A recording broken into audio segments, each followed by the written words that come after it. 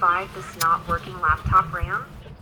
I already tested this laptop with a good RAM and confirmed that this is a no good one. I am going to try to reheat or reflow all of its memory chips. And let's see if it's going to work again. My hot air is set to 450 degrees Celsius. Reheating all memory chips side by side. Reheating or reflowing is a process in which we are reheating and melting the solder that has been screen printed onto a printed circuit board in order to bond chips and other components to the board. Remove and clean flux residues.